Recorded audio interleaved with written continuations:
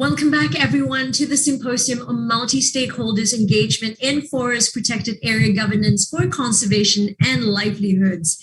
We are now in the third session of our series of 8 sessions in total that will take place throughout the week until Friday, August 27th. So I really hope that you will stay with us for the entire week. Now let's get started with our third session. It is on the topic of actors and power in forest protected areas management. This is the case where multi-stakeholders engagement in forest protected areas governance allows both state and non-state actors to interact towards sustainable management of resources. It devolves power to actors at lower level towards making important management decisions, which ensure good governance practices. So experts in this session will talk about actors, their interaction and power structure in forest protected areas management. Once again, ladies and gentlemen, please take note that after all speakers have presented, there will be a live Q&A segment at the end. So kindly post your questions on the platform and our speakers will try to answer all of them if time permits. Now, moderating the session will be our chairperson, Associate Professor Dr. Muhammad Azani bin Alias. He is the head of Department of Nature, Parks and Recreation of the Faculty of Forestry and Environment at University Putra, Malaysia. For 2 decades now, he has been involved in forestry, notably managing and researching various international research projects like rehabilitation of degraded tropical rainforest ecosystems, rehabilitation of prefecture, highways and parks, and so much more. Now, ladies and gentlemen, please give him a warm welcome. Take it away, Dr. Muhammad Azani. Okay, thank you, Vanessa. Bismillahirrahmanirrahim. Assalamualaikum and very good evening. So I think we will begin now. First, I would like to welcome you all and thanks everyone for coming, especially for this session. We are at the third session, Actors and Power in Forest Protected Area Management on the second day of our symposium on multi-stakeholders engagement in forest protected area governance for conservation and livelihood. As you already know, on our schedule for this afternoon, we have 5 speakers to share with us their ideas and also their experience which related to the topic of our session. And as a reminder to all, our presenters have 10 minutes for their presentation with additional 5 minutes in case you cannot finish the presentation within the allocated 10 minutes. So I'd like to introduce today's presenter, our speakers for this afternoon. First, we have Ms. Elizabeth Carrick. Second, we have Dr. Heman Hidayat. And then we have Ms. Nurul Nabila Sohemi and Celine Eun Boon Yuan. And fourth, we have Ms. Lee Yiling. And finally, we have Mr. Arif Muhammad Zainal. M. Zainal. So I would like to take a moment to introduce our first speaker, Elizabeth T. Carrick. We have the first slide of, we have Elizabeth Carrick. Elizabeth Carrick is a registered forester and currently connected with Quirino State University from Philippines. She is a faculty at the Forestry Department and teach forest governance, forest policy, and plant physiology. Her research interests include community forestry, payment for ecosystem service, PES, forest farming system, forest assessment, clonal propagation of various tree species, and last, the soil and water conservation. So I would like maybe, I think we don't have enough time to have a long introduction. So I would like to give the floor to Ms. Elizabeth T. Carrick. The floor is yours. Good afternoon. The title of my presentation is Migration, Land Acquisition, and Bundle of Rights, the case of selected community-based forest management projects in Nueva Vizcaya, Philippines. So my name is Elizabeth Carrick, and my collaborator for this research is Forester Joel G. Carrick. We are faculty of Quirino State University. located in Quirino province in the Philippines. So the management and supervision of forest and forestland areas in the Philippines have been held by the government, with the Department of Environment and Natural Resources as the mandated agency. Under government management, forest laws and policies have been highly regulatory, centrally controlled, and industry-based. So under this approach, reduction of all-growth forests over the last 50 years were not controlled. So to reduce further reduction, policy reforms shifted in the direction of sustainable forest management with local communities in the forefront. So this research study was undertaken, which aims to answer the following questions. What has been the trend of migration and mode of land acquisition in the study area? What is the extent of individual and collective property rights held by tenure holders after forest tenure issuance? What has been the impact of secure tenure to the local people's livelihood as well as forest conservation? And how will property rights within the context of community-based forest management be improved? So for the conceptual framework, I use five important terms. First is migration, which is defined as the movement of people from rural to urban areas and vice versa. The second one is forest tenure, which refers to the ownership, occupancy, and other arrangement in relation to the use of forest resources. The third one is tenure reform, which refer to the legal amendments of tenure, whether by the state or local communities, in the terms or conditions, with the overall goal of enhancing and securing people's land rights. The fourth one is tenure instrument, which is formalizing rights that are already being held by individuals or group of people. And the last one is bundle of rights, which is referred to as a specific set of rights granted to an individual or group of people to do certain things with land or property. So there are five types of bundles of right. We have the access rights, withdrawal right, management right, exclusion right, and alienation right. So the study area was conducted in the municipality of Bayombong, and I had two POs.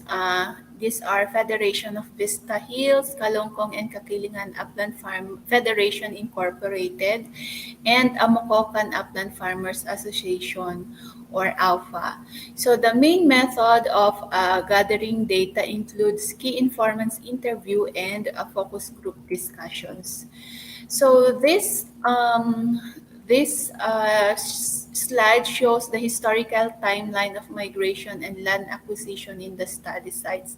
So the first wave of migration for the two POs started as early as 1920 and 1945. So if you look at the timeline, both have issues of slash and burn farming. Both POs or both areas were put under pastoralist agreement. They both underwent integrated social forestry program, and PO members were issued with certificate of stewardship contracts. So eventually, both POs were issued with community-based forest management agreement. So the extent of individual and collective property rights held by tenure holders for prior to tenure issuance for the access and use right, only the TLA or the PLA holders were allowed to access and make use of the area. So at that time, local communities benefited from forest resources only through poaching. However, after tenure issuance, access and use rights were fully devolved to the local communities. The use of land for agricultural production and tree plantation establishment. However, Although they were given the use right, they were not allowed to harvest naturally growing resources within the tenured areas.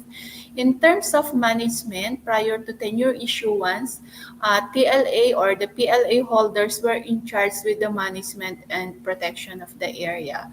So after tenure issuance, the tenure holders had a chance to plan for the use of the awarded area to them. But this has to conform with sustainable farming practices. So if it was individual or group, tenure holders were required to produce or to formulate community resources management framework for CBFM area and individual farm plans for individuals or households. So for the exclusion right, the TLA prior to tenure issuance, the TLA or PLA holders had the right to exclude others from entering the area. However, even at that time, exclusion right remained with the DANR. After the issuance of tenure, exclusion right is divided into three levels. First is at the individual level, where individuals or households have the right to exclude other members from entering and harvesting resources within the individual claims. The second level is at the association or PO level, where local policies formulated by the General Assembly is enforced by the association. So entry and occupation of non-members within the tenured area is not allowed. At the DANR level, where DANR still hold the final decision on issuance, renewal, or cancellation of CSCs or CBFMAs.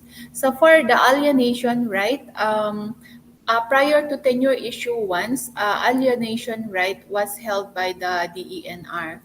After tenure issuance, there were two types of rights viewed for alienation. The first one is tenure holders were granted the opportunity to transfer their rights, so both management and exclusion, to their nearest kin. However, this is subject to PO recommendation and DANR approval. So overall, the DENR still decide whether to renew or not tenure instrument issued by the office. So, impact of secure tenure in terms of local people's livelihood and income with the issuance of tenure instrument, Bansing POs were able to receive high-value fruit tree seedlings like grafted mangoes, rambutan, lanzones, and coconuts, rattan, animal dispersal like goat, chicken, pig, and duck.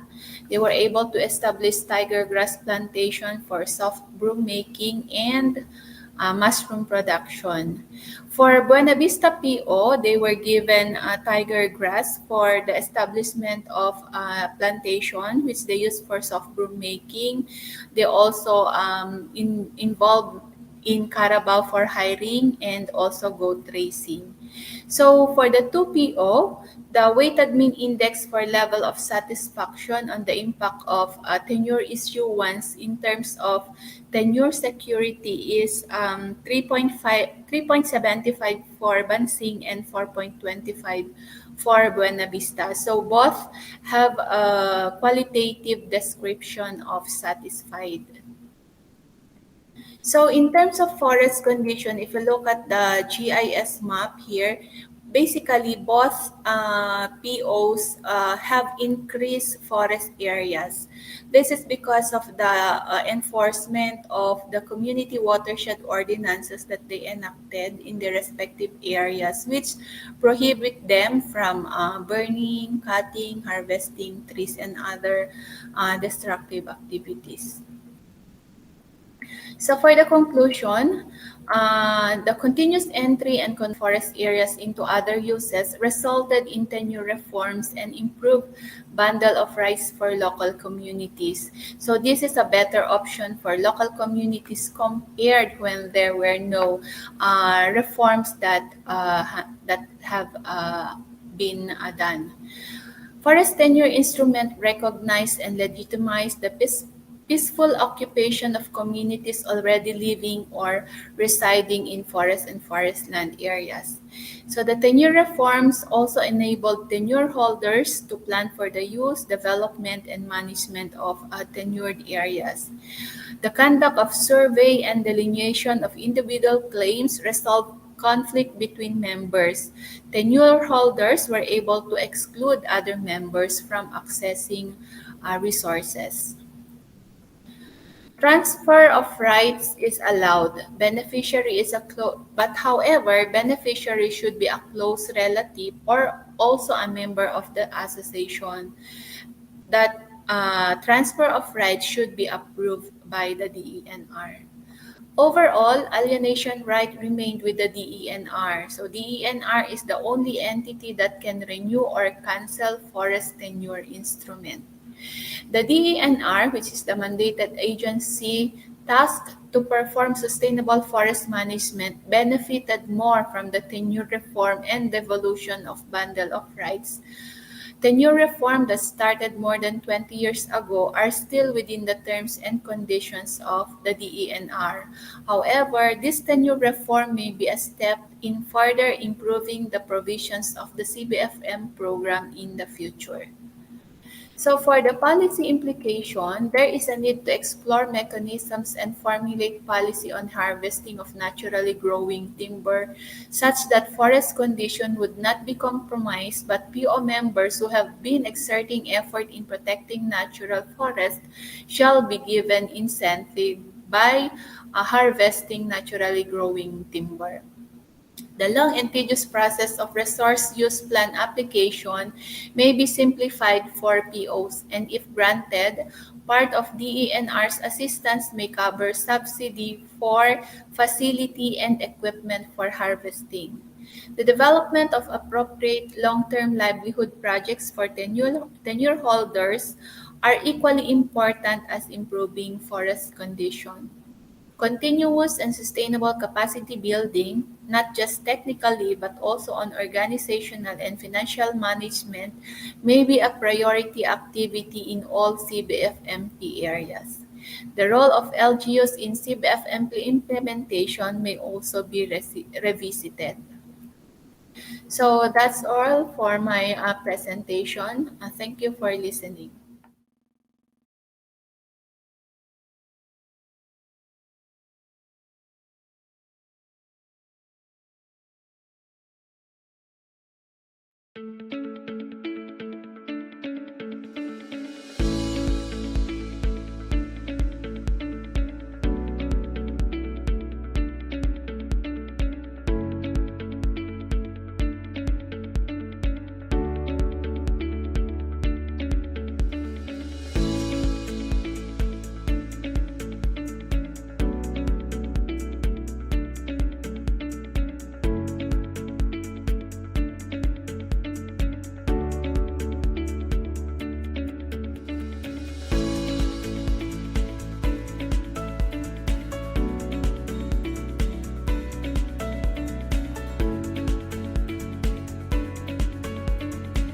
So we have done our first presentation done by Ms. Elizabeth Crick. Okay, so before that, I would like to ask all of you, especially the audience, did you can see the question box? If you cannot see the question box, so you can refresh your browser, and then later on you can get the question box. All right. Okay, so we go to the next presenter. So our presenter is Dr. Heman Hidayat. Okay, Dr. Heman Hidayat. Okay, Dr. Heman Hidayat is a senior researcher of Indonesian Institute of Science at the Research Center for Society and Culture, Jakarta. He actively engaged as research staff started in 1984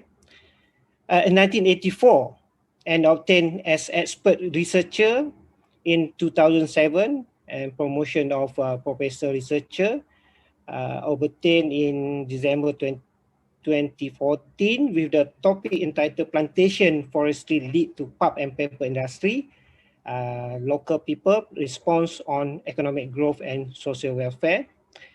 Dr. Hidayat was graduated in December 2004 from University of Tokyo, Graduate School of Agriculture and Life Sciences, Department of Forest Science, Laboratory of Forest Policy. He actively involved as visiting fellow in overseas in Macquarie University, Sydney on January to February 2017, Cornell University, at Kahin Advanced Research School from August until October 2014, Kagoshima University as at Research Center for the Pacific Island from November 2012 until March 2013. Foundation mentioned Scientific L. Home Ferris from September to November 2012. Kyoto University Center for Southeast Asia Study from December 28 until December 2010. Institute Developing Economic, Makuhari, Chiba Prefecture from September 2006, March until 2007, and so forth.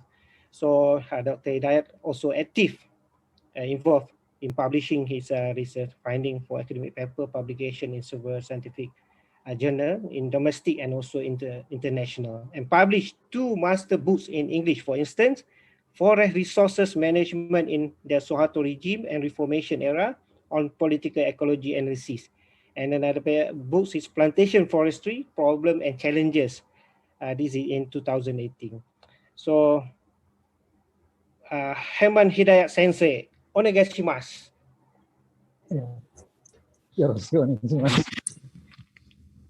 Thank you very much, Professor Azani.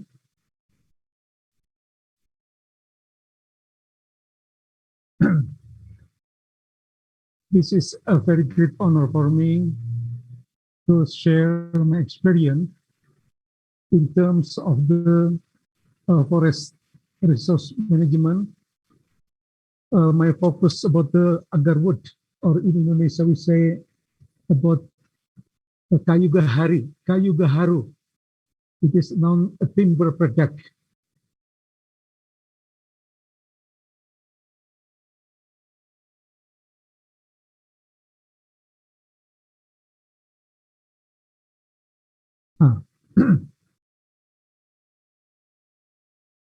The topic of my presentation about stakeholder engagement on agarwood trading in Indonesia.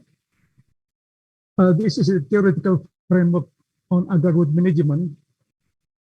We would like to focus on the actors, what we say BKSDA, Office, Badan Kantor Sumber Daya Alam, Natural Resources Office,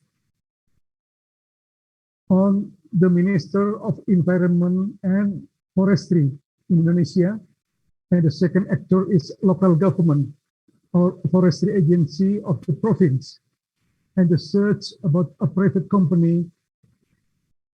A private company, it means a big trader. I mean, seeker of the agarwood from the village level until to the district, sub-district, district, province, and also the trader, big trader Jakarta, and to overseas export.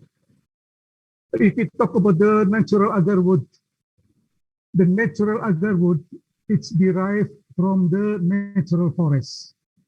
In Indonesia, we own about natural forest in terms of the forest product. And also it's located in protected forest. It's located in customary forest rights belong to the local people. A trading level, this is the trading level. Yeah, from the village. I mean, the seeker of the agarwood from the village level to the sub-district, to the district, a province, and finally to Jakarta and to the big city Surabaya, and export to overseas. This is the actor movement, I mean, Brian and Dale. A definition of the characteristic, definition and its characteristic. Agarwood, or in Indonesia we say gaharu. Agarwood is an aroma substance in the form of the light brown to the black that are found between the wood cell of the several species. It is a very, very good smell. The characteristic of the agarwood, it is non-timber forest product. Non-timber forest product. It is domestic and global commodity. It is high economic value due its price and due its valuable price. It is used for material burning at religious event, lifestyle product, perfumes, medical purposes, decoration. It is categorized in set rule to determine a quota, a trigger due to the limit production in natural forest. It is used for the necklet, for example, key holder, bracelet, etc., to prevent from the devil trouble. This is the agarwood material in an aromatic substance. This is from the natural forest. This is very, very aromatic and good smell. And high, it is very high priced. 1 kilogram of this kind of material, it costs until 7,000 to $10,000 US dollar. But this is, I mean, the cultivation agarwood of the Aquilaria malasinus. This is cultivation, yeah? And after the cultivation, after the 8 years, usually this is we put the mill here. That to injection, we liquid to obtain gubar. After we pick the mill, maybe 2 years, we finally get to obtain the material of the good smell from this production gubar.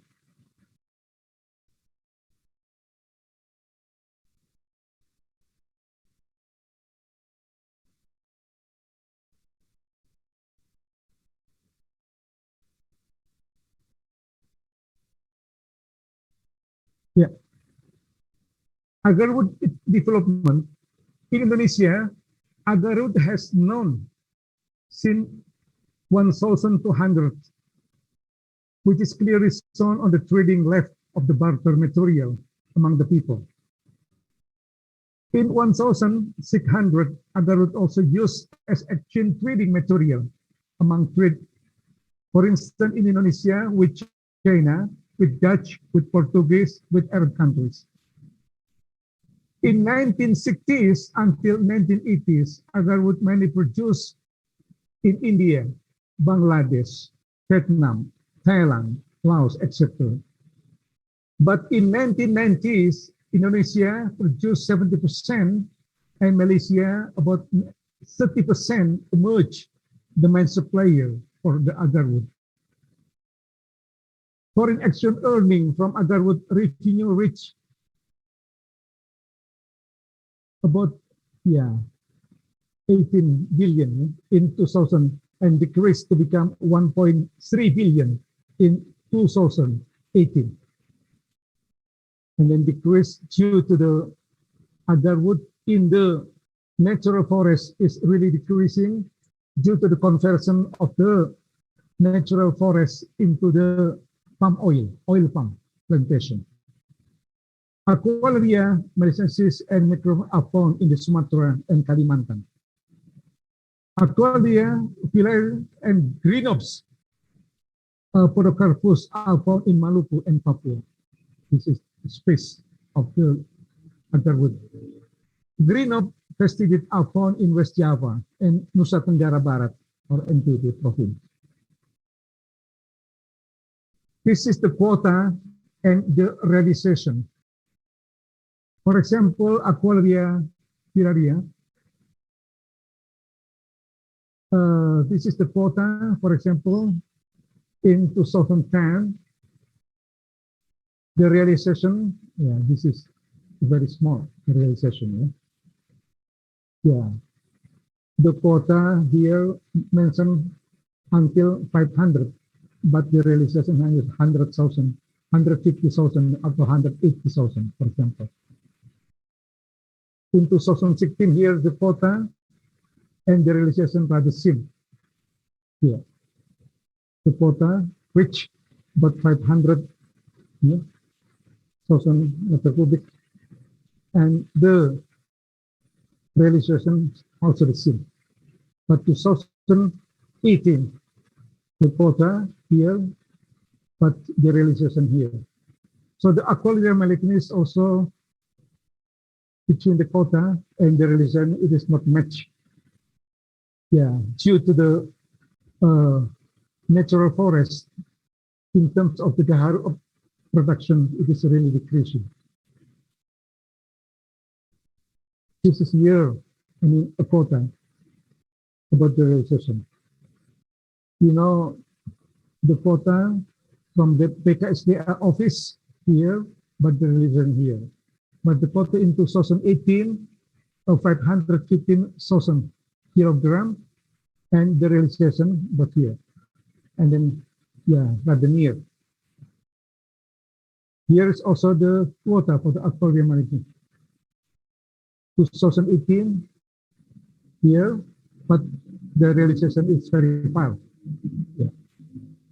So this is the comparison, I mean, the comparison of the aquaria management, the green of first is aquaria pilaria, and then not between the quota and the realization.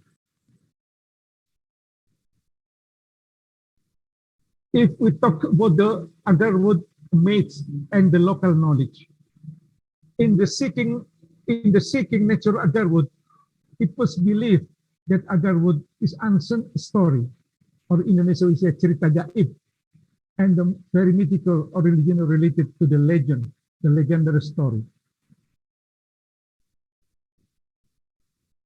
Emerging stories in seeking agarwood are based on the idea that agarwood has good smell. Devil or ghosts like to the good smell and drew people to use it. Agarwood was believed to be one of the 5 unique materials sent down from the paradise to earth and familiarly called the wood of God. A 5 valuable material from the paradise sent down to the earth by the God, for instance, agarwood. Black stone in Kaabah, or we say Hajar Aswad in Makkah, if we go to the pilgrims for the Muslim praying 5 times. Yeah? And place stone of Ibrahim. Place stone of Ibrahim. Fit in Kaabah. Ring for Sulaiman prophet. And Atin. Atin, it is one of the fruit tree in Palestine. What we say in the Quran. What Tin was Zaitun. The development of agarwood in Indonesia since 6 years ago began by Dutch and Portuguese traders. The most important of agarwood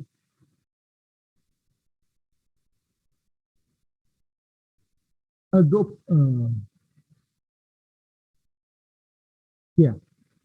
development of Indonesia. The most important of agarwood tree is how to find the guban, which is the quality that has very fragrant aroma. Requirement to obtain natural agarwood. The seeker didn't seek agarwood nearby the river extend the area to the inner forest and mountain area. The seeker found agarwood not directly cut, but within standing tree and should be beaten several times to the tree contain guban of agarwood. The increasing number seeking of agarwood in the natural forest myths emerge about the agarwood as the help of the unseen power. This is very mixed or maybe unlogical. One of the stories suggests that one of the seeker dream meeting beautiful woman while he sleeps before entering forest area. The seeker agarwood. It's also very mixed. Global agarwood could be lost if left after it passed, eventually accelerating the cutting of the tree, while the agarwood found gubar and agarwood in the nature without definitely decide that agarwood contain gubar or not.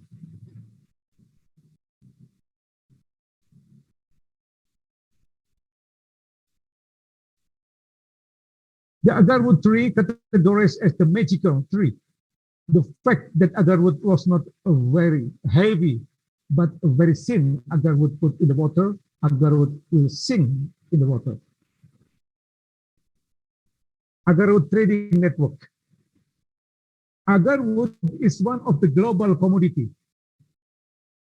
Agarwood is produced by a farmer in Indonesia, consumed by people in Singapore, in Hong Kong, mainly in China, in Shanghai, and Middle East countries, for instance, Saudi Arabia, Qatar, United Emirates Arabs, Iran, etc. As one of the foreign exchange earning sources, decreasing contribution of agarwood commodity export. So in the figure 3. According to the Statistical Agency Center BPS in Indonesia, agarwood exported from Indonesia reached 21 until 1.7 billion. But in January 2010, it is decreased just 52,000 or 1.3 billion US dollar. There were 4 countries with targets of the export values in January 2000, such as Saudi Arabia, Singapore, United Arab Emirates, and South Korea. But in January 2000, the highest agarwood export value in 2020 shot in Singapore reached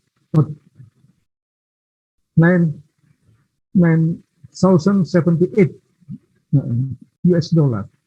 But few of the heavy volume of the agarwood, Arabian replied, is the largest import origin, but with the volume smaller compared with Singapore. This is destination country. If we compare in 2018, Saudi Arabia maybe 48%. This is mainly the most important, and Taiwan, United Arab, and City Singapore 24.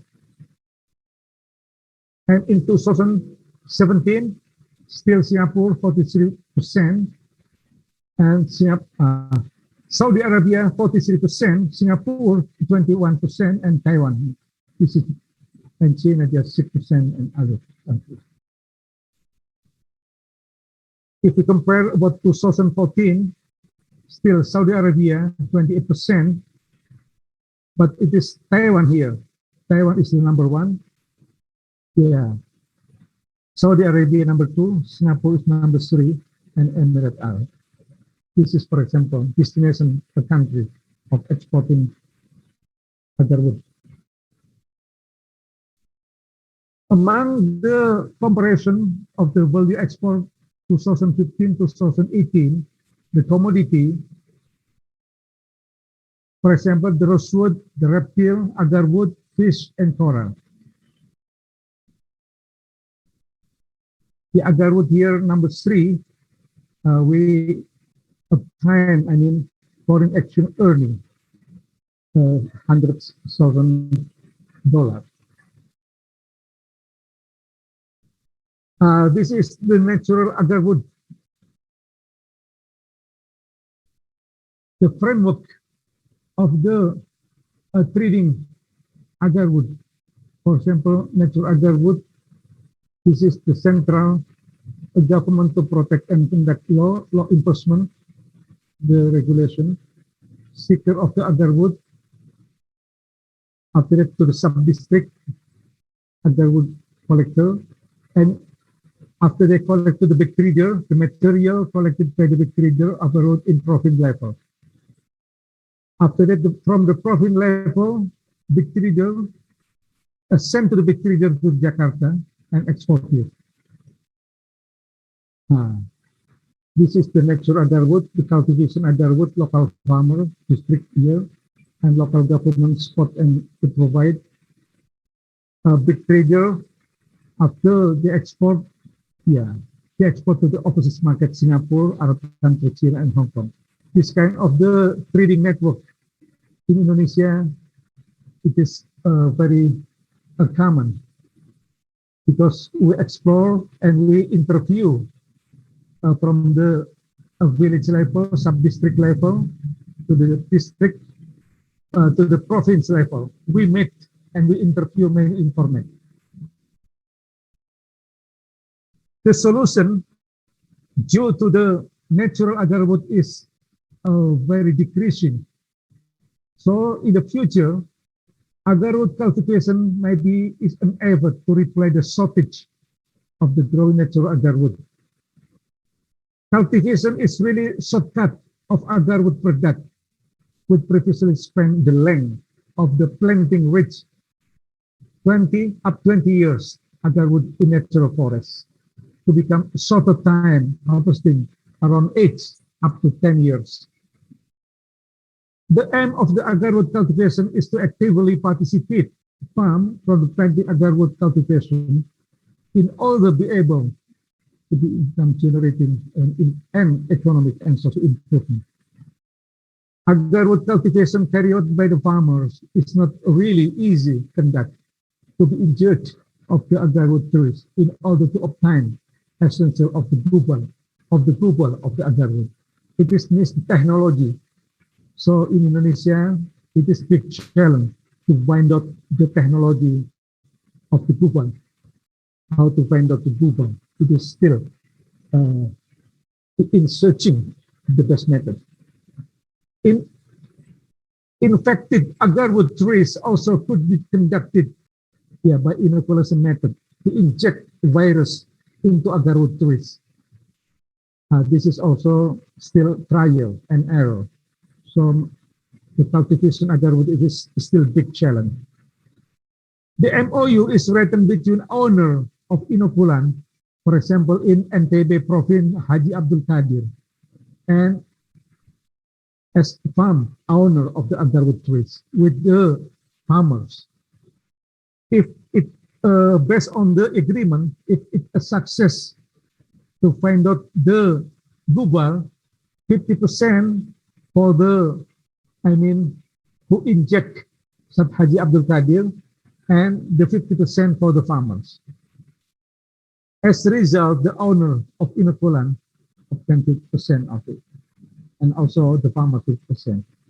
The problem of agarwood cultivation, according to the that the low quality of the cultivated agarwood result in local agarwood traders not willing to buy in a large volume. So this is the challenge of the quality of the agarwood cultivation, the production, and when the global still not good quality.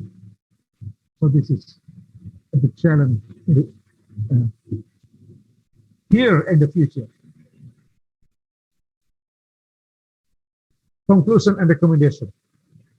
Agarwood is one of the non-timber forest product which global commodity of high economic value, characterized by high selling price compared to other non-timber forest product. Otherwise, natural agarwood product will decreasing, strengthen the central government lack of the receiving of the foreign exchange earning, which was previously received 1.8 billion from agarwood in 2017 and rapidly decreasing to become 1.3 billion in 2018. The decreasing of natural agarwood has impacted the ability to maintain and fulfill a quota and demand of the natural agarwood in national and international market.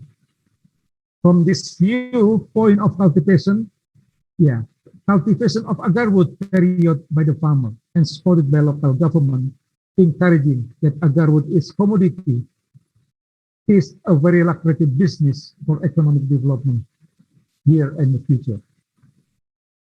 This is maybe the conclusion and recommendation. Thanks very much, which watching and also discussing for this paper. Thanks very much. Thank you. Thank you, Dr. Herman Hidayat, for a very informative information about the state engagement on agar-wood trading in Indonesia. So we know that agar-wood is very expensive right now. So we go to our next presenter. We have Ms. Nurul Nabila Suhaimi and Siling Eng Boon Yuan. So that means we have two presentations from this one. So I would like to introduce Nurul Nabila Suhaimi. Nurul Nabila Suhaimi.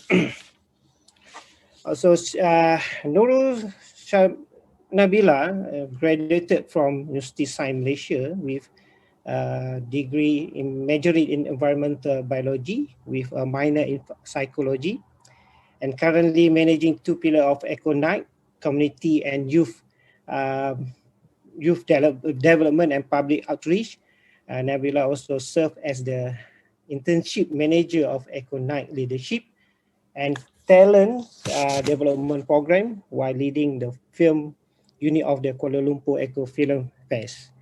Nabila is pursuing Master of Sustainability Science in Universiti Malaya with interest in science communication, indigenous knowledge, policy making, public health, and environmental education. Apart from EcoNight, she worked as a Japanese translator. Ohayo gozaimasu, konnichiwa. And from Salam Kansai, as well as collaborator with a team of students in creative contents project based in France. So, and then we have another presenter, Ms. Siling Eng. Ms. Siling Eng is currently doing her master research at University of Science Malaysia. Also, focusing on infectious disease in non-human primates. She presents EcoNight project, Vocal, Voice of Climate Action Leaders, as one of the youth panels in the UNDP Youth Talk, Climate Change to Advocate Climate Action among the youth community. And Siling also was one of the awareness awardees in the Roots and Shoots Malaysian Award, RASMA 2020, where she worked on various wildlife conservation projects. Her passion is to connect with more like-minded people and empower more youth in contributing to sustainability action. Furthermore, I would like to invite Nurul Nabila Suhaimi, a city girl with a love for nature that was nurtured by National Geographic documentaries and her frequent exploration in the forest when she was a kid. Nabila, the floor is yours. Right, thank you very much, Prof. Azani. Good evening, everyone, and hello.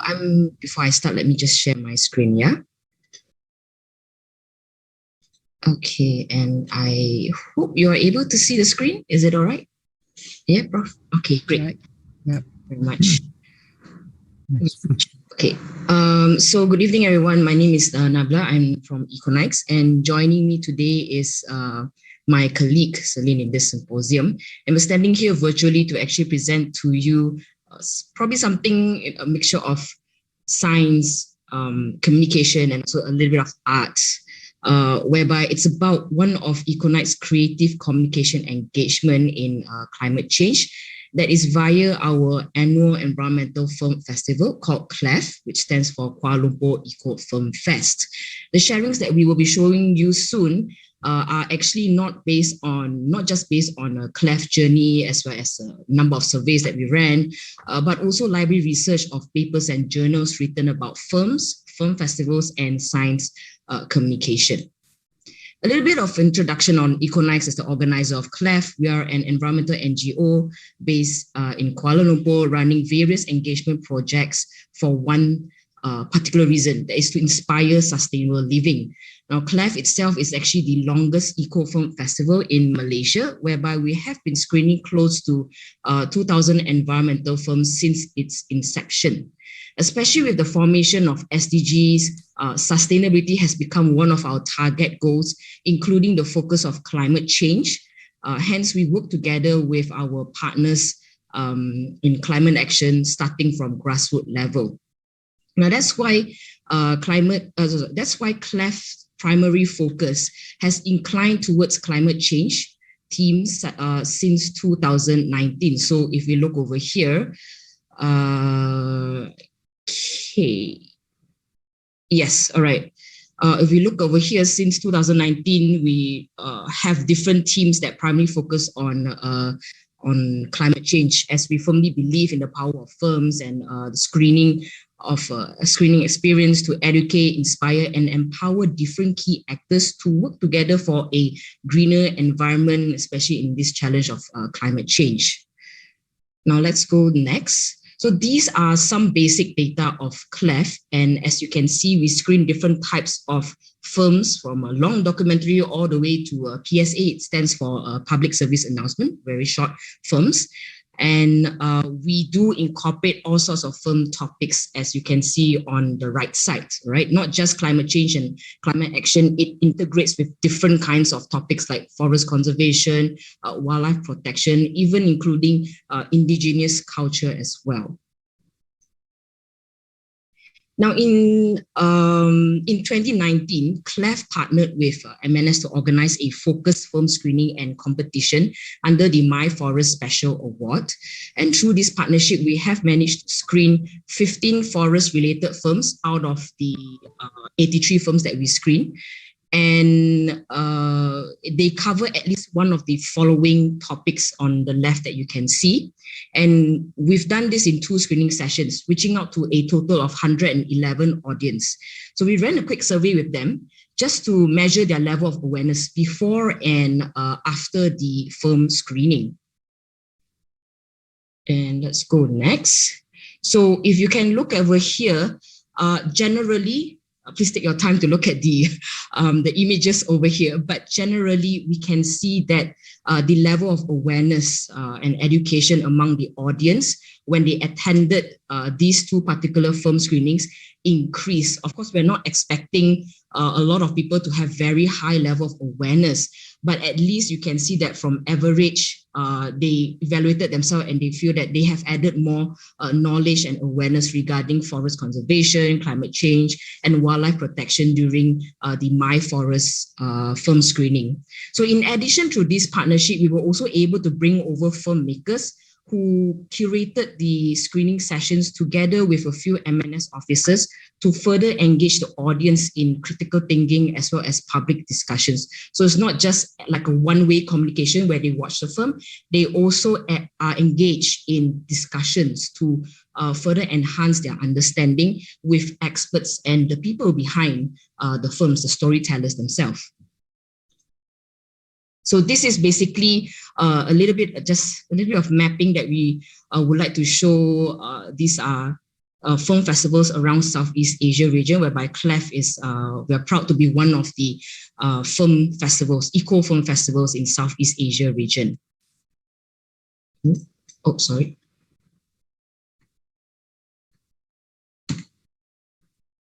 All right, yes. Okay, so the MNS partnership, as well as many other partnership and screenings under CLEF, have given us the opportunity to observe the evolution of films and the festivals from being just a basic media tool for entertainment to becoming an important media tool in environmental education and science communication. So one of the crucial characteristics of a film in terms of environmental education through our observation is the inclusion of at least one of the indirect drivers of change as per the list on the left, whereby the drivers contribute to the environmental efforts such as those mitigating ecosystem degradation, for example. Now, as for science communication, from the vast amount of films we received and screened, a lot of them incorporate the three key ideas of science communication, or at least one of them, that further deepens the film engagement with audience. So let's dive into the next section, which is, I'm going to touch on the first part. It's going to be about the indirect drivers for environmental education. And for your information, these posters are actually the posters of the films that we screen from 2017 onwards. Really beautiful films. Okay, so there are three common drivers that we usually see in the environmental films in CLEF for now, especially the one in CLEF. Now, first we go to cultural factors. Now, cultural factors, we see a lot of integration of social and spiritual values shared by local communities, especially among the indigenous communities. That's very common in many climate change, forestry, wildlife protection films. And then we go to change in economic activity. Now, this is more towards trade patterns that are directly related to the ecosystem services, such as timber, palm oil, and agriculture, coming from different perspectives in the lens of the filmmakers. So there's quite a lot of actually positive discussion going on regarding change in economic activity via these films. And then we go to social political factors. Many environmental films not only aim to spread awareness, but also call for action, in particularly encouraging public participation in different levels of climate action, be it in the form of decision-making, going to focus group discussion, conservation, or even policy formation, just to name a few. Okay, these are also just some examples of the films that incorporate the three common drivers. They are from international filmmakers. We have also local filmmakers like Anak Pokok. I think perhaps TRCRC may be familiar with Anak Pokok because this was also done together with TRCRC. We've got someone who did on Exhaust Raya. This is directly related to climate change. And then now we go to the science communication part, whereby we're going to talk about the three key ideas of science communication. Now, firstly, community knowledge can be integrated in different phases of filmmaking, starting from film production all the way to the screening of the film itself. We're talking about documenting and communicating citizen science and local knowledge related to climate change or any environmental issues and sustainability. And we communicate all this to more people in a community-centric environment, regardless of the industries that we work in, whether it's corporate, governmental, wherever we are from, it's going to be in a community-centric environment. Secondly, integration of climate change science with other disciplines can be seen in many environmental films, highlighting interdisciplinary topics that fulfill the three pillars of sustainability: environment, social, and economy. Now, in the past, we can see that many films were very focused to just one topic. But as we advance in not only science and also in networking with different science communities as well as non-science communities, plus the creation of SDGs, we are beginning to see the films being very interdisciplinary. So it encourages even more science debate, which leads to my next point, right? So science debate. Now, environmental films encourages science debate that is not exclusive to certain people, but open to many. So this boils down to the deficit model of communication versus dialogue model of communication. The deficit model is really just like a one-way communication, whereby it's quite dry. In my opinion, it's quite dry, and it doesn't call for action. Now, unlike dialogue model of communication, this one is more towards a two-way communication. It encourages the integration of different fields. It encourages open debate between non-science and science community. So that's one of the models that is really good for science communication, and films, they incorporate the dialogue model of communication. If you go to film festivals, screenings, or even the film's websites or their social media page, there is always an interactive session or call to action accompanying the film to increase individual participation, thus enhancing their understanding through critical thinking. Oh, sorry. Okay, now moving on to the next slide. We ran a very quick survey with 52 respondents regarding Malaysians' perception on environmental firms. Firstly, very briefly, we can see that the purpose of them viewing the environmental firms is more towards educational purpose or, in work, because now also we run firm screenings in corporates and other work entities. Some of them also stated that they are interested to know and learn about environment and climate change. So that's why they watch the firms. Others would be because of influence of friends, and some would actually see firms, environmental firms, as a form of entertainment. But if you look at the frequency of viewing the environmental firms, it's quite rare for someone to watch environmental firms like 1 or 2 times per week. So in which we would suggest that it could be due to the unequal distribution of environmental firms in different platforms. Now this, my colleague Celine will touch more later on. But if we look at the data on the third column here, many people watch environmental firms via streaming platforms and social media like Netflix, YouTube, Instagram, Facebook. They have different kinds of firms on environment. But these firms will have to compete with other entertainment-focused firms, which means that it's quite hard for the environmental firms to gain viewership because a lot of people would favor the entertainment focused firms. So this may have caused less traction towards the firms, the environmental firms on these platforms, unless they are marketed via very good and strategic public campaigns such as Inconvenient Truth, the True Cause, Blue Planet. They've got really good marketing strategy or campaigns. Meanwhile, platforms which have more environmental firm distribution, such as multinational channels like National Geographic, BBC Earth, Animal Planet, and also film festivals such as CLEF and public screening, we have lower audience participation. So this data could suggest or demonstrate how the film distribution on different platforms of different levels of demands affects the rate of an individual watching an environmental film. Okay, we go next. And then we asked them about their perception about environmental film. And if you can see, these are 5 statements that we shared to them.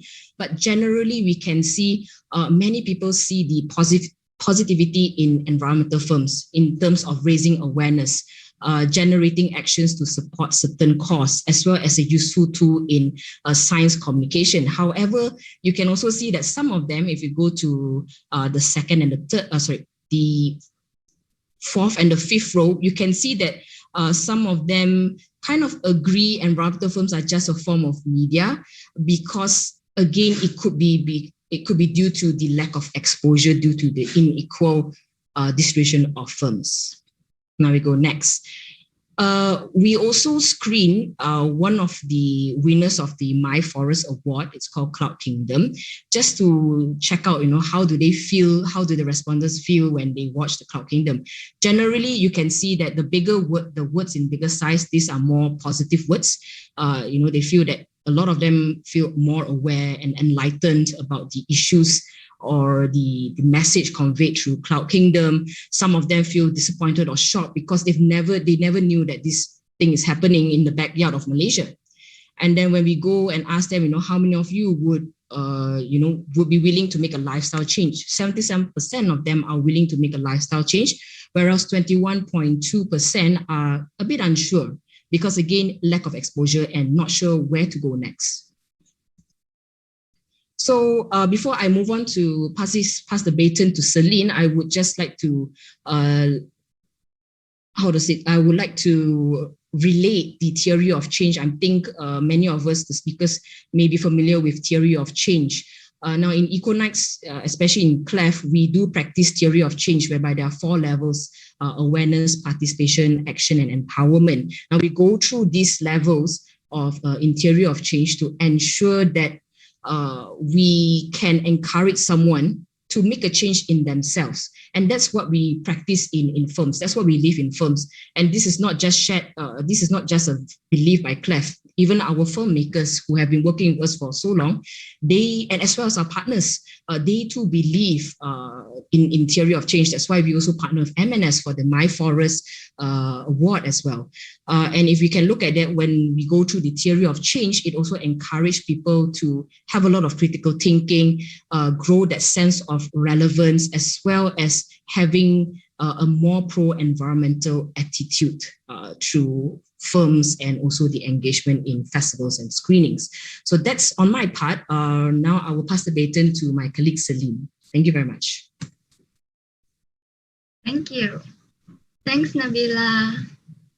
So yeah, hope everyone is with me for the next few minutes. So well, before that, let's recall the slides earlier when my colleague Nabila shared about the survey we distributed. So from the survey response, we can see Malaysia, most of the respondents showing that stating that Malaysia hasn't have enough platforms to assess environmental films, and their response majority was being unsure, or 32%.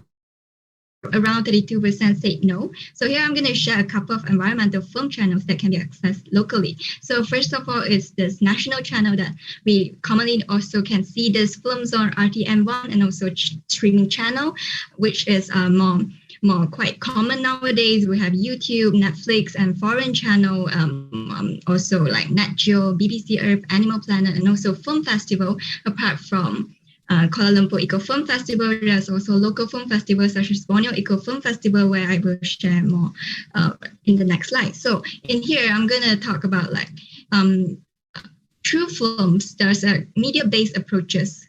Research has already shown that media-based approaches are really valuable to reach more wider audience and require less effort, where in-person approaches, in this case, which is like film festivals, screening sessions, exhibitions, can create a more deeper connection and a longer-term impact on an individual level. So yeah, and to add to that, video has also become an effective medium, a communications tool for scientists to talk about the research findings and also prompt social actions, which is what I would also want to add, that when content, all these contents are created, these are how we share, convey key findings and messages in an engaging manner.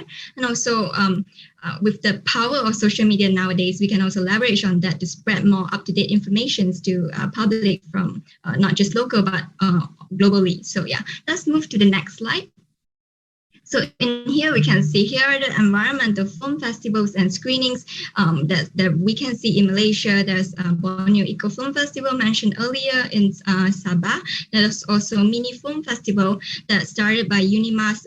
They actually included the Faculty of Creative Arts, where we can actually see how people this film festival incorporating stakeholders, organizations, having university starting to rise up, being participative to engage those students using film festivals to showcase environmental films. But what I would want to talk about here is we still need more local efforts that able to motivate these creative responses to climate emergency. Yeah, so it's in here, what I want to highlight is films can actually help to create a culture of knowledge exchange, transferring ideas, not just national, but also across cultural borders, and also through creative mediums, which is films, and foster more support for young filmmakers, artists to together act for climate actions. So yeah, let's move to the next slide. Yeah. So basically, in the next slide here, in general, one of the challenges when it comes to films is the way we portray, how we portray the current issues, the implications, and how it actually reach the audience for them to feel it's relevant, whether they want to prompt any actions after or responses after watching this documentary, whether it would make and leave an impact on them. So yeah, the first challenge I want to address is the media channel and info dissemination. So as we can see in like what I mentioned earlier, we have different media channels. There are available channels for film, but they are not fully utilized or even distributed evenly. So that means that not all have this access directly for these films, and also not knowing that we can actually get these films to watch these films on certain channels. So yeah, so and also this media attention that I want to emphasize on is if usually the issues are issues that are related to environment receive a lower public interest, less attention if it does not produce any direct socio-economic impact directly. So in here, I want to also mention that in our normal reporting, how we get the up-to-date news, usually they are more towards responsive coverage rather than proactive coverage, which means that these issues receive more media attention when it starts to show impact on the community or actually really starts to degrade the environment. But instead, we can actually, through using a more creative way to communicate, spark more those proactive actions that can eventually create change. So yeah, on the other hand, I would also like to highlight is science communications, the need to have a creative approach in science educations and advocacy through effective communications. So yeah, what we can see is right now, most research have also demonstrated that audiovisual stories kind of lack the aspects of having an optimum communication criteria, and also communicators in conservation fields or those environmental fields have not made fully use of the medium to its full potential. So basically, film can actually be an effective social advocate tools compared to news outlets, news coverage, because we need to recognize the power of storytelling through films. So in here, I also just to highlight why we think it's really important on science communication and why we want to address it also as a challenge. So science communication is how we convert those technical scientific information to more digestible messages and stories for general public consumption. So in short, science communication is as important as the science itself. So promoting science educations and also through films can actually inspire more future generation of scientists and public to have a better understanding, and also create a more targeted approach to address those local issues and eventually mobilize local community to take part in climate actions. That's how we generate more engagement, empower the communities to be part of this climate action agenda. So let's move on to this next slide, which is a couple of key recommendations we want to share to strengthen how we can send out this important message on conservation, on forest conservation, ecosystem protection. And yeah, first of all, the most important thing is through stakeholders and collaborations. So it's really important to have a joint effort together, and it doesn't just work in silo. Everyone has to work together to create more, collaborate with different parties to come up with more sound practices, awareness, and engage participants to be more understanding. And then there's also partnership with institutions, university, schools act as a really important platform for students to start this from young, and how they start to pick up those creative skills to come up with films that relate to what they feel on the environmental issues. And then next one is also enhance the network deals. In here, we want to talk about there's corporate fundings and distributions, because films, they actually films take time to produce, including all this manpower, new equipment. So having a strong financial support can actually help to strengthen how we start using films as a way to talk about climate actions. And also streaming channels there need to be more streaming channels available for general public to get access and get more up-to-date information.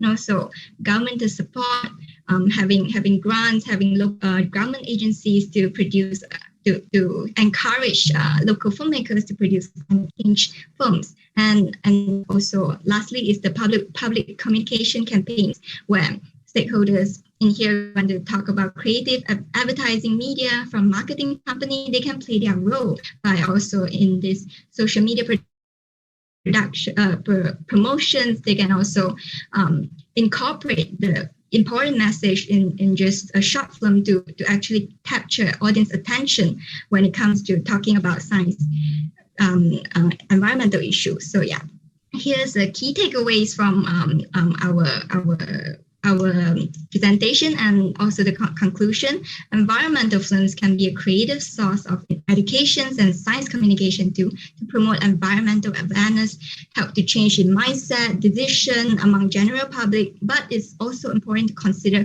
the audience preferences by means of that, like the target audience. What it's really important to get the message to intended audience, whether there's relevancy to them on a local or global perspective.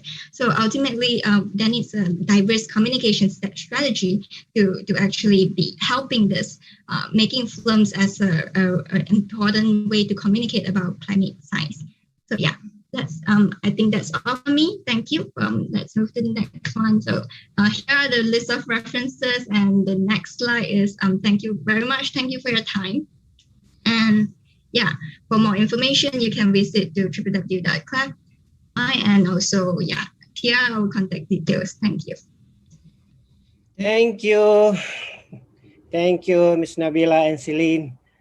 It's very interesting to hear about the film, about the environmental film. The title, Communicating Climate Change Through a Cinematic Experience. Okay, so next we go for the fourth speaker, Ms. Lee Yiling. Ms. Lee Yiling. Actually, I know Ms. Lee Yiling is from UPM.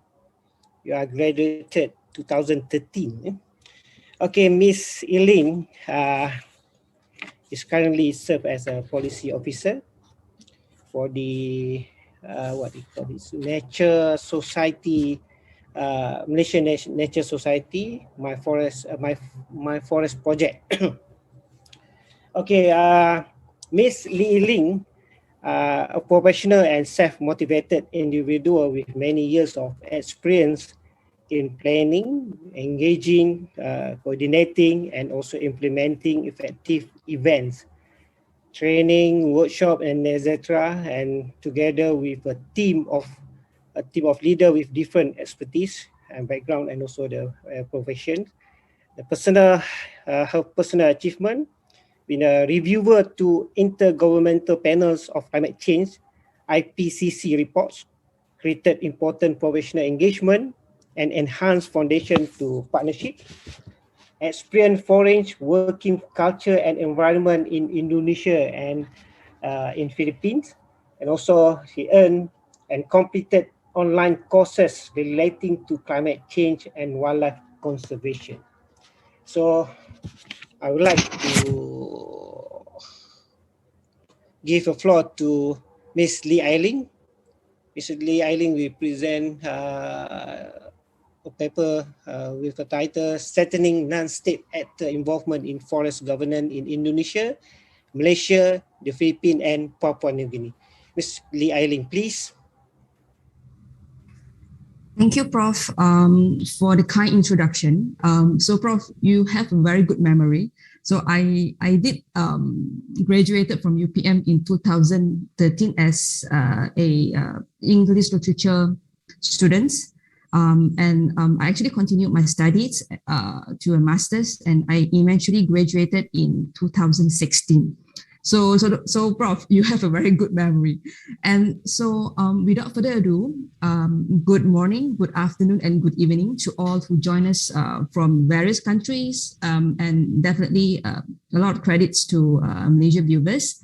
So, my paper today, I'm going to talk about the role of non-state actors in the protection of urban green environment, which are focusing on Malaysia.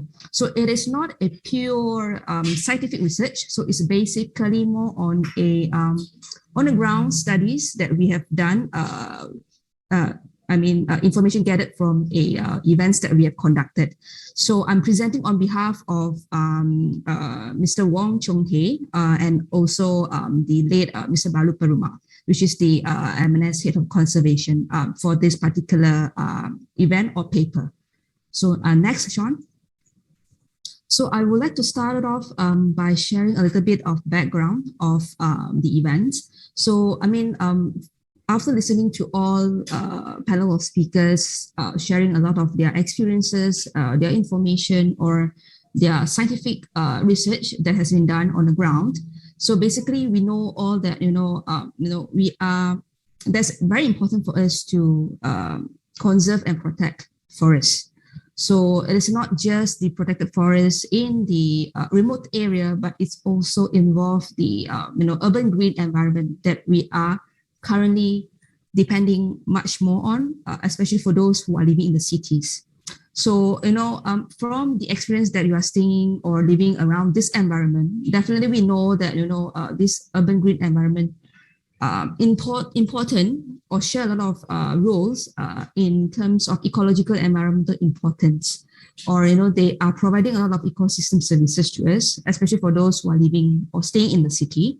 And then so they provide a cleaner air, and then definitely it lowers a lot of carbon emissions. And these urban green environments also facilitate a good and safe living environment to all of us. Not the human being alone, and definitely it also being the home to a lot of biodiversity that are depending on this area for, as in a house, or as an habitat, and also as a breeding grounds, and etc. So this area are also important to actually provide a visual and also aesthetic value to all of us, which are largely depending on this area for visiting this area as an exercise area, a jog area, and so on. So for that being said, we know that the roles of non-state actors in this non-state actors, it means that general public, an NGO, or anyone who are interested or part of the world is actually covering other parts that are not listed under the government agencies. So it's basically all of us. So we are all carry a very important roles in protecting this area, especially this green urban environment, which we shouldn't be, take for granted. So Sean, next.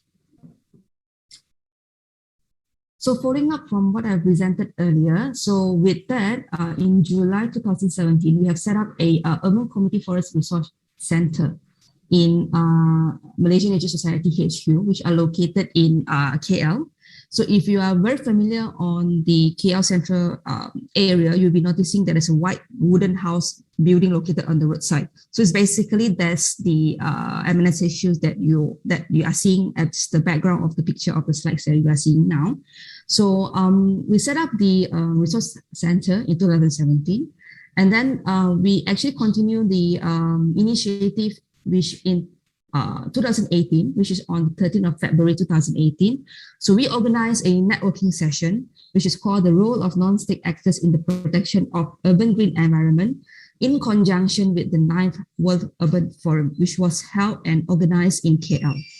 So with that, we have officially launched and initiated the Urban Community Forest Network. So this network actually consists of a group of people, or non-state actors in this case, which we group together because of the same passion and same interests. So this group of people are consisting of concerned local residents, interested general public, or communities and youth, definitely. So Sean, next. So the objective of this networking event is to actually gather or share information about the importance of this urban green environment to all of us, and also not forgetting the importance of this environment to our biodiversity. And we also intended to showcase the efforts of civil society to protect, in protecting and also ensuring its continual existence of this urban green environment to us, to the earth, and also to the biodiversity as a whole. So next. So the pictures that you are seeing now is actually the pictures that we have collected from the actual event that, itself. So it was held in 2018. So what we have in this networking session is that we have gathered a total of 6 presenters to share their experiences with the audiences. So we have our ex-president, Mr. Henry Goh, to share about MNS involvement in establishing and promoting urban community forests as his topic of presentation. And then the second panels that we have on that day was our AR John Ko, Mr. John Ko, which is the chairperson of our board of trustee. So what he was sharing with us on that day is about the blending hard and soft landscapes within an urban setting and also in human landscape. So you can see that is very special topics that he actually shared with us on that day because of his experiences and expertise as a recognizable architects in the country. And then we have our third speakers, which is our senior advisor of MNS and also the My Forest Project advisor, which is Tan Sri Dr. Saleh Muhammad Noor. So he also served as a former president of MNS for about 30 years. And he's also the ex-DG of FRIM, very, very long time ago. So he shared about the importance of conserving the last forest patches within the urban landscapes.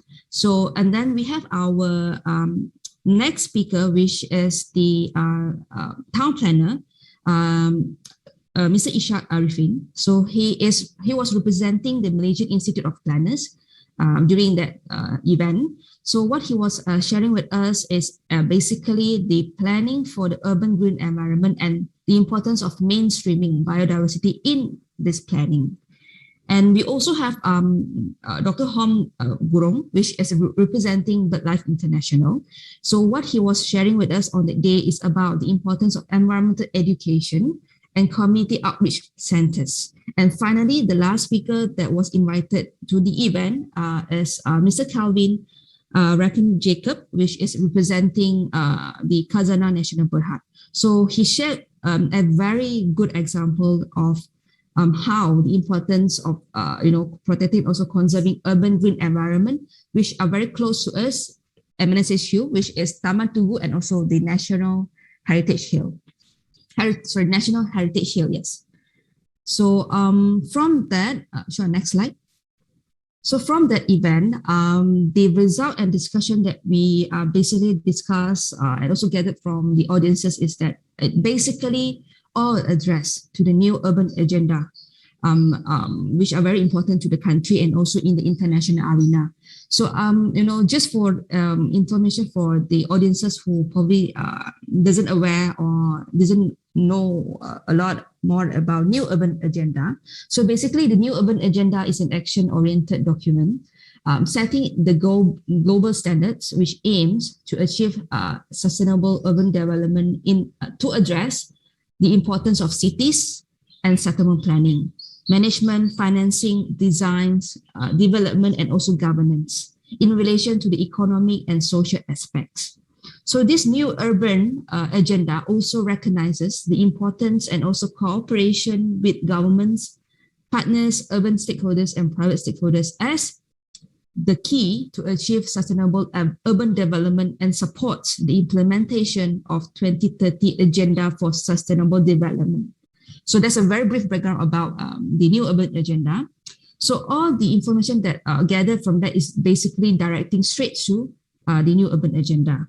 So just to capture what are the essence of the information that gathered from the ground is that, so from the first on the bottom left that you are able to see is that they recognize the importance of having a network of similar minded groups.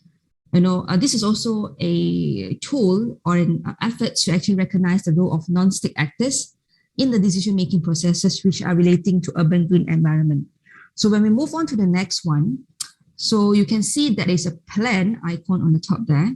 So, and also following by that, you are able to see there are 6 icons at the bottom. So what are these icons mean? So we know that, as a development country, Malaysia are also depending on utilizing or exploring the forest resources to generate income or economic value to the country. So for that being said, we are, some areas are being deforested. We have forested area in decline, and then we have basically seen a lot of urbanizations in the town or in the city or basically in whole Malaysia. And definitely there are a increment in terms of logging activities. So with that being said, it is very important for us to protect this area. Definitely without, we can't actually forget that the detailed planning should be also in place during this development of these areas, which the planners also play a very important roles in improving the value of biodiversity in urban area by supporting the efforts towards sustainable development, greener environment, and etc.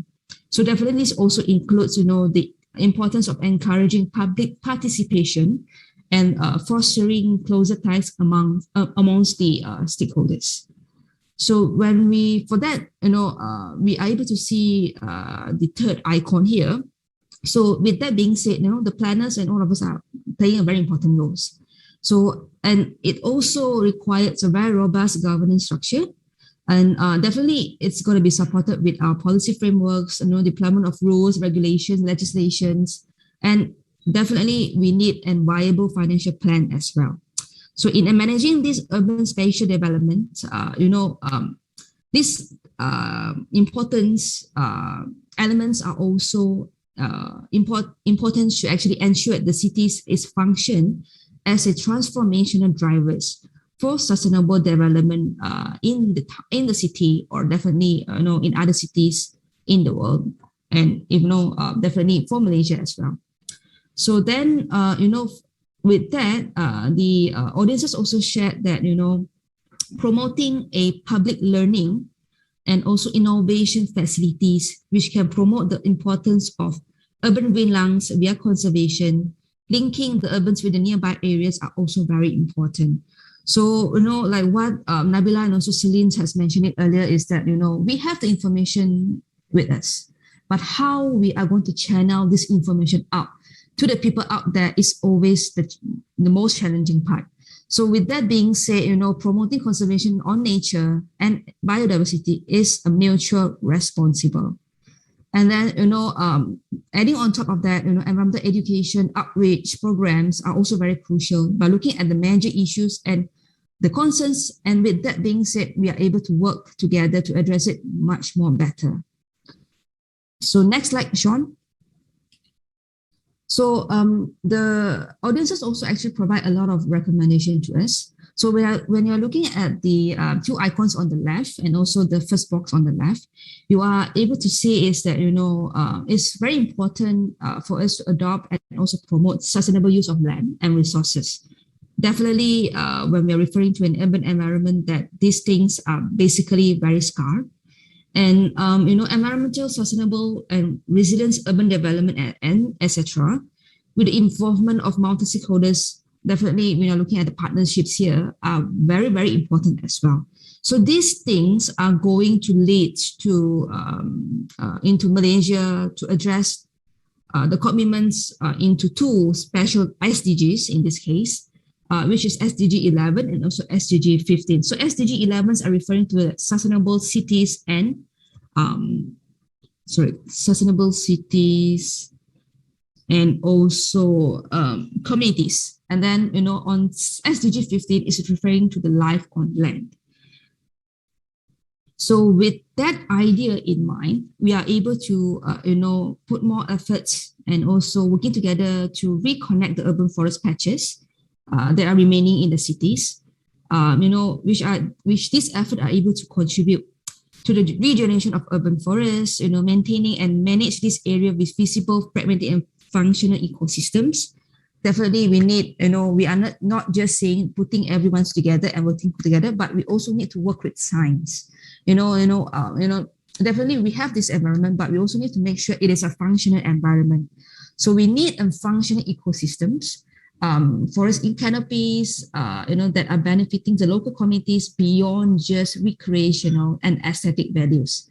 So with that, we are able to promote a safe, inclusive, accessible, and quality public spaces, which this serve as a drivers for social and economic development, including properties, value, facilitate businesses, and also public and private investment, and definitely livelihood opportunities for all of us, and etc. So this is just a snapshot of the main, the important things that actually or the audiences share with us on that day. So moving on from that, you're able to see on icons on the right. All right, so what are these icon means? So we know that we need to work together with the people. And then we also know that we need to have this knowledge and information and sciences supporting us at the back. So with that being said, we all need a very high commitment to improve and integrate these green infrastructures, definitely, to connect, conserve, manage, and also enhance the natural resources, which is serve as the key priorities to be included in the comprehensive town planning at national level. So, with these commitments in head, we know that the importance efforts that we need to pay attention to will be the promotion of the implementation of capacity development through involvement of multi-stakeholders, such as non-state actors and institutions, is very important. This will ensure they are equipped with knowledge to formulate, implement, enhance, manage, monitor, evaluate, and understand the importance of the sustainable urban development. So with that, promotional activities, with that capacity building that we have among the public or non-state actors in general, we know that it's important to group these people together, which actually eventually form a partnership or a collaborative actions that needs to be highlighted as another way to promote such capacity development. And then, like what Nabila and also Celine's mentioned it earlier, is that we can't do all these things together without a very good financial support. So in terms of funding, we know the collaboration with related stakeholders, from the governments, private agencies or foundation, including the corporates, or also some, in example, in-kind funding, derived from the national level or international level, has been identified as another concrete commitment that we will need to follow strictly. So while at international level, the financial agencies or fundings agencies, such as the government aid agencies, NGO supported funds, etc., for the environment and community participation will be very important and need to be approached. So from that, where we have promotional information, we have capacity building, we have partnerships, and supported by financial, we also need another big element for this effort is, how to foster the creation, promotion, and enhancement of open, user-friendly, and definitely participatory data. Relying much on technology and social tools available to transfer and share knowledge amongst the stakeholders. So, with this data in mind and also all the efforts we have shared earlier, we are able to monitor this area much better in terms of, green spaces, area, development pressure, biodiversity index, carbon sink, ecosystem services, and tree mapping will be, better in place. So this monitoring is also important to enhance the effectiveness of the urban planning and management and making sure a connectivity for a seamless landscape is being upheld. So meanwhile, the park design using different species, height of species, leaf shapes, branch structures, planting fruit trees, or etc. It's also very important to bring back the birds or biodiversity to the urban area, which is being served as a very new innovative data or important efforts to actually needs to be shared and to support these efforts. So all these information are being shared in the networking session. And last but not least, you're able to see the icon on the right side bottom there, is that we also shouldn't be forgetting the importance of practicing healthy lifestyles. In ensuring the mental and social elements are being taken care of under, which is also part of the new urban agenda as well. So shall I move on to the next slide? So the other part of the main recommendations that are being shared in the networking sessions is also, sharing us that, UCF, which was initiated and established in 2017 on top of the initiated and also launched of UCF network that which I've just shared with you guys in our earlier slides is that this UCF network or UCF Resource Center serve as a very important education hub, research and centers that are basically focusing on two main activities, which are definitely we are, for those who are pretty much aware of MNS, we have actually forest trail at the back of our MNS HQ.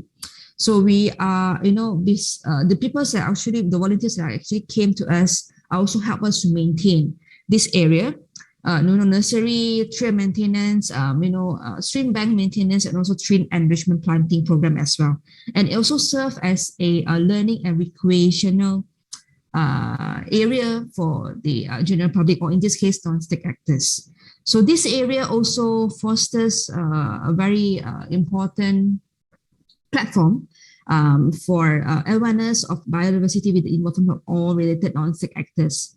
So these efforts or these centers also serve as the platform to provide learning and voluntary opportunities for urban dwellers, including opportunities to share their knowledge, experiences, thoughts, or feelings throughout these activities. So we are not just organizing the activities, but this platform also serves as, the trail maintenance area. We have our own nursery, but also serve as a platform for these urban dwellers to come together and share their feelings and their passion and definitely their love to this green environment. So, and definitely we can't do it alone. So we have involved a lot of, non-state actors, and also we partners with various non-state actors as well in this effort. So for that being said, we host a lot of schools, activities, colleges, companies under CSR program, interns, families, or individuals who volunteers under the UCF activities. So students who need to fulfill courses requirement for volunteerism also participated in UCF activities. So just to shout out to everyone out there is that if you would like to volunteer to us, please come to us. We have a bunch of activities that we are able to, provide for internships and all that. But definitely with the COVID-19 pandemic that we have now, we have, reducing a lot of activities because we can't have a lot of physical activities. And definitely we are not part of the essential services. So we basically can't do anything apart from, doing a lot of information sharing like this symposium online to all of the audiences, definitely to those that are residing in Malaysia. So for that being said, we need to also understand the importance of this, protecting this urban green environment, and importance of provide to get to know how to contribute to this process of conservation and protection of this environment.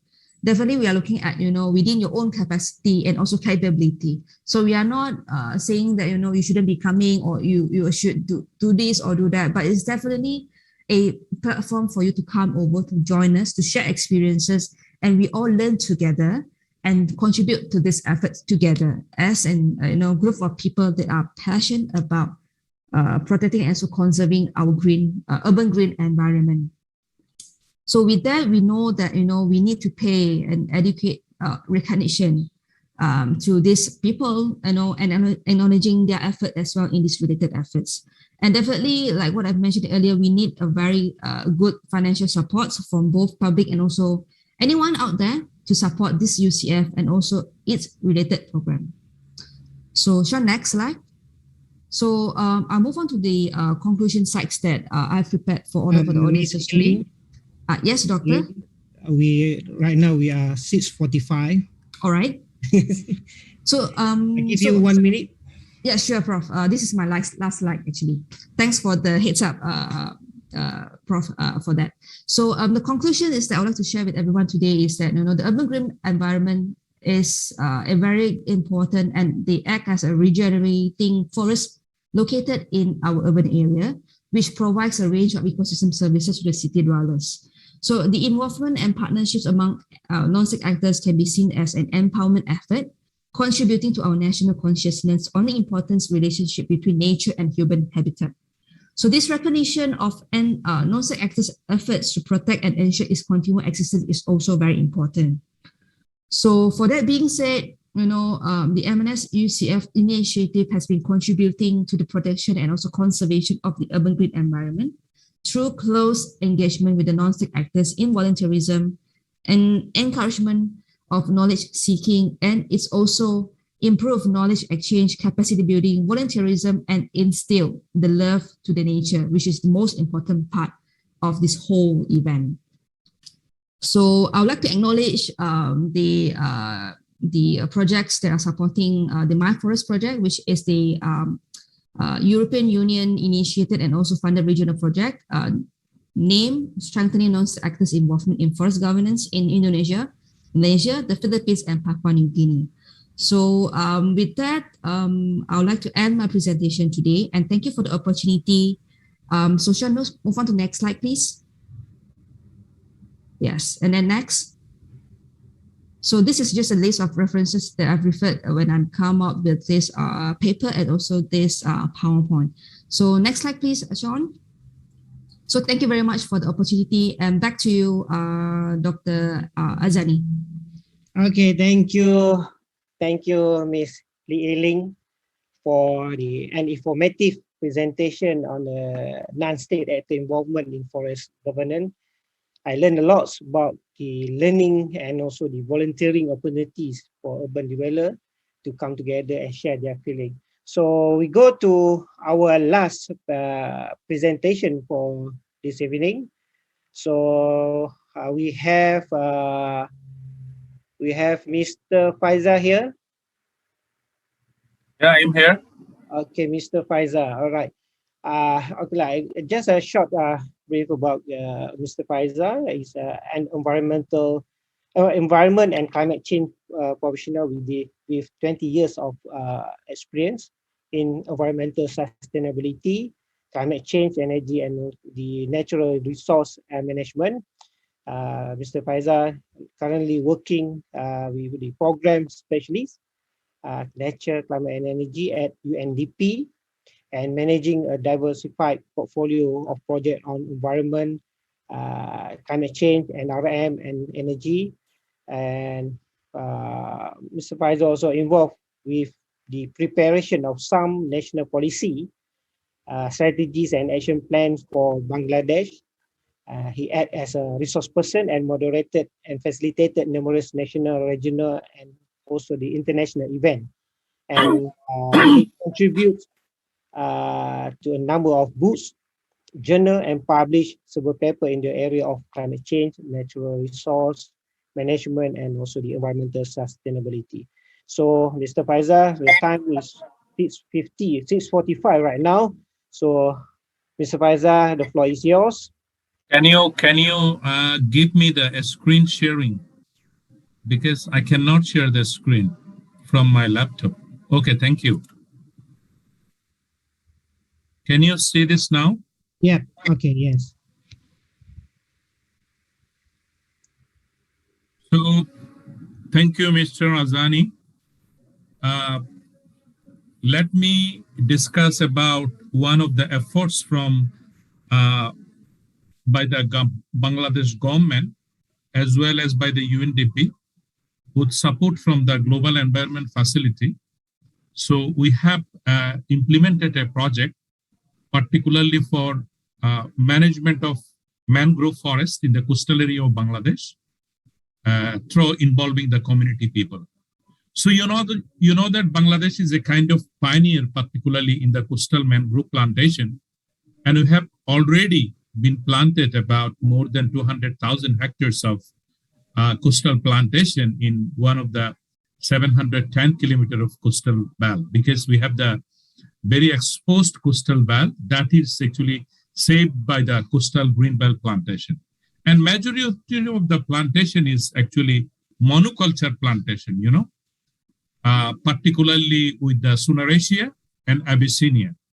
And around 28% of the total population of the country actually live in the coastal area, who is directly or indirectly exposed to the coastal forest.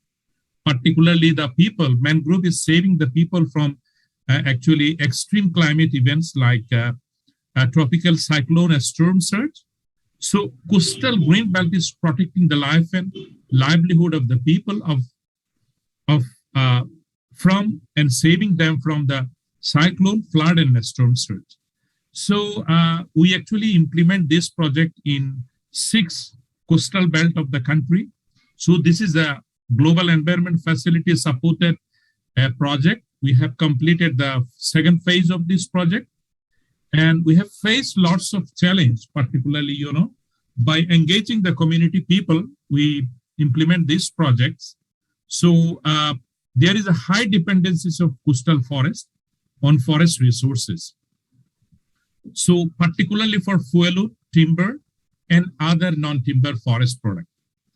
And most of the plantation that is managed by the forest department in Bangladesh is actually the monoculture, mainly the Sonaracea epitela, Rhizophora, and other species like Abyssinia.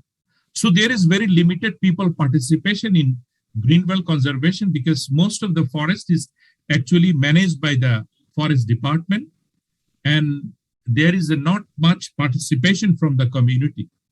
So there is a limited efforts on a species diversification and insufficient incentives for communities to ensure their long-term maintenance, because forest department have some guard and rangers. They are managing in the forest department in traditional way, and there is no much involvement with community people, particularly for the coastal forest. But we have a social forest department, a social forestry division, where actually community is engaged and community get benefit from the forest.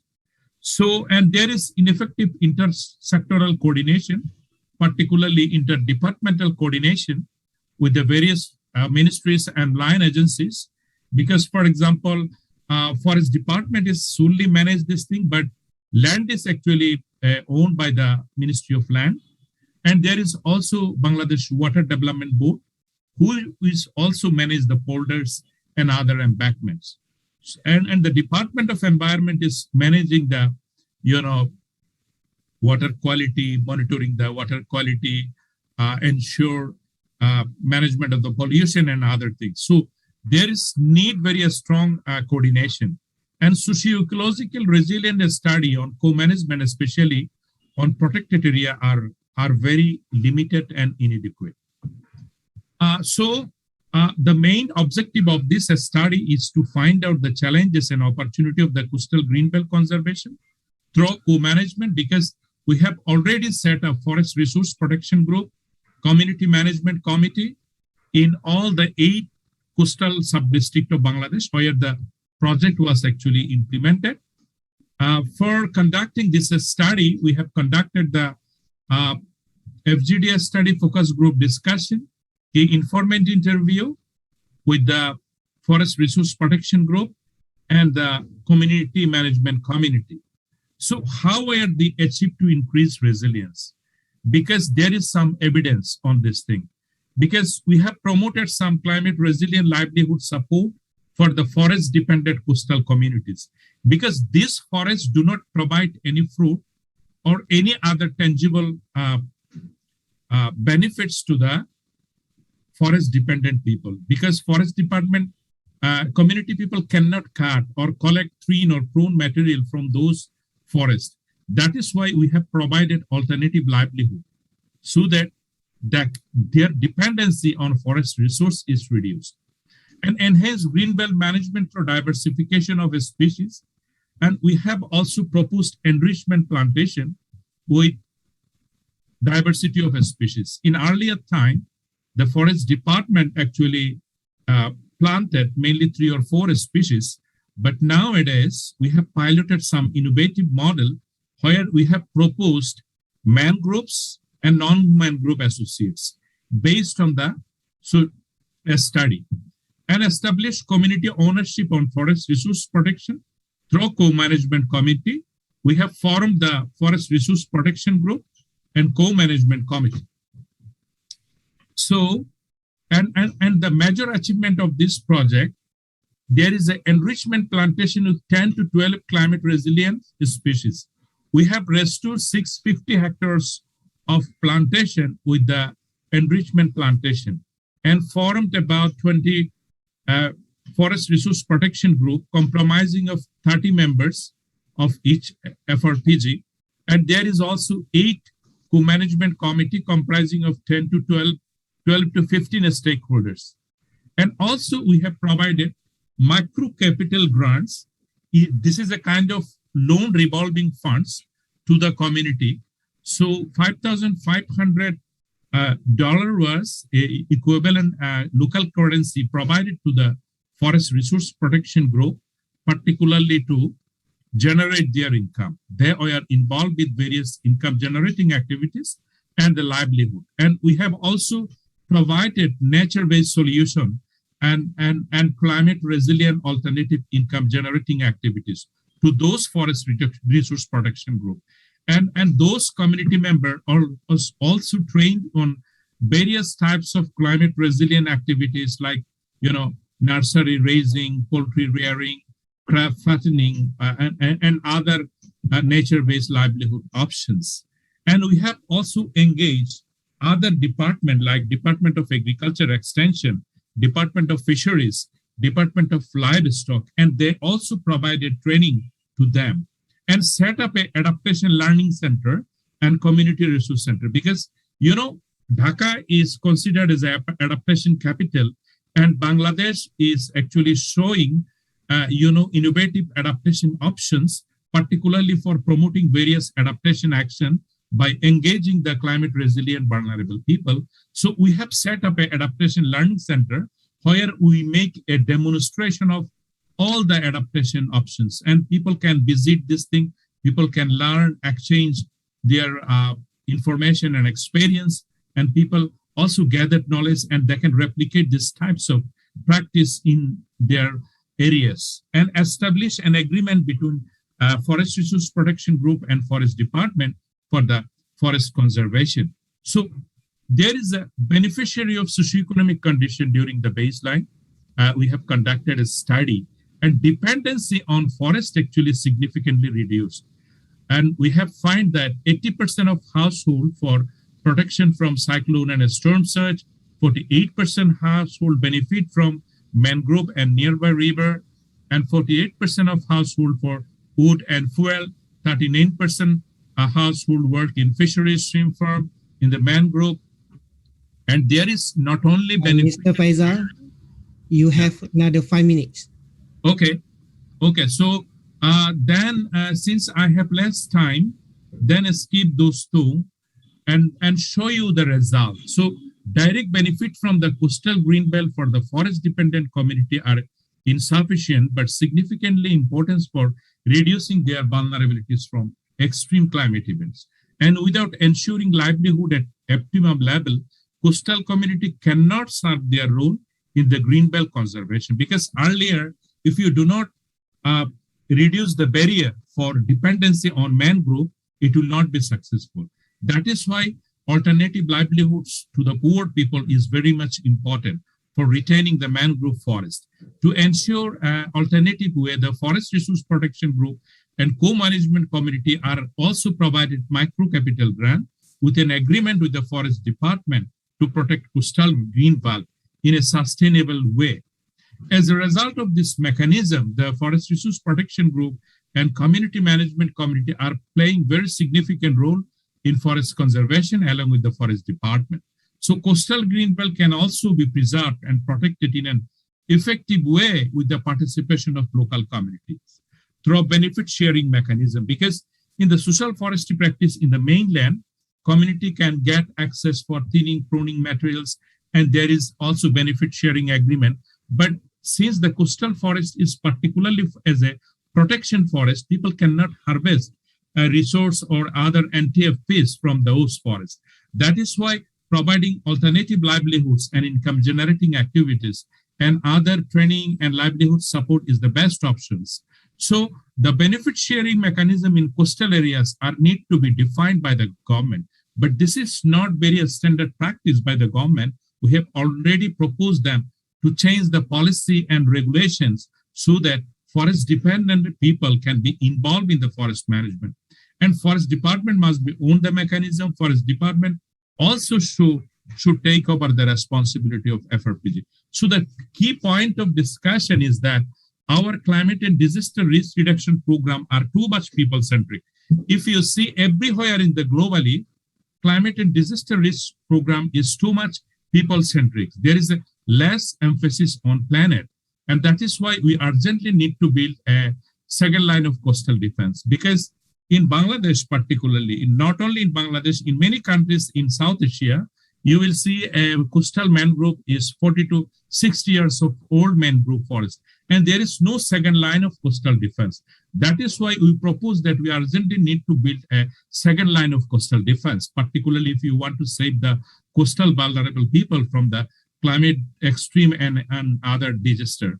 A nature-based solution, particularly integrated with other engineering and bioengineering solution. So in many Asian countries, we have protected, engineering solution like dike, embankment, but we need to also consider about various bioengineering and nature-based solutions. So the next generation of coastal mangrove forest should focus on four key things: building a second line of coastal defense by enriching the aging mangrove plantation, because the succession process, old mangrove is die and new mangrove is come, but that can be assisted through natural regeneration. And second line of coastal defense, and conserving and restoring village mangrove patch. Beyond the estate-owned mangrove, there is also village mangrove patch in the riverside vegetation that should be also conserved. And diversifying species composition, because mangrove in Asia-Pacific regions is mostly a mono-specific, is not much wildlife friendly. So we need to consider, while about designing any plantation program, we need to keep in mind about that the plantation should also be wildlife friendly, and plant a species that possesses the high carbon sequestration, because mangrove have higher carbon sequestration potential than other mesophytic species, and high resilience against climate and natural disaster. So wherever we design any greenbelt plantation or mangrove afforestation, we should not only focus on the adaptation aspect of mangrove, we also consider the species which have high carbon potential. So I'd like to stop here now, Mr. Azani. Thank you for giving me a chance. Okay, thank you, Mr. Faiza, for the presentation on the conservation of coastal forests in Bangladesh. It's a very nice presentation and new knowledge for us also. So the time right now is already 7 p.m. So I just would like to open to the floor just for one question, because we just have 10 minutes extra time. So I would like to open to the floor just for one question. Do we have any question to ask?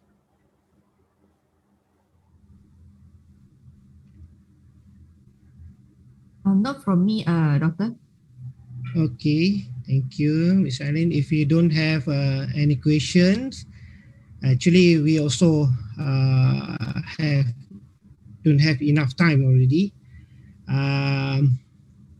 Since our time for this session is over already, so we will answer the question because we got lots of questions here in the chat box. We have about 10 questions. So maybe we're going to answer the question afterward via email. We will send direct to the speakers the question. So if we don't have any questions, so I would like to thanks to everybody, especially to the 5 speakers, and I would like to pass the floor to the MC. Thank you, everybody.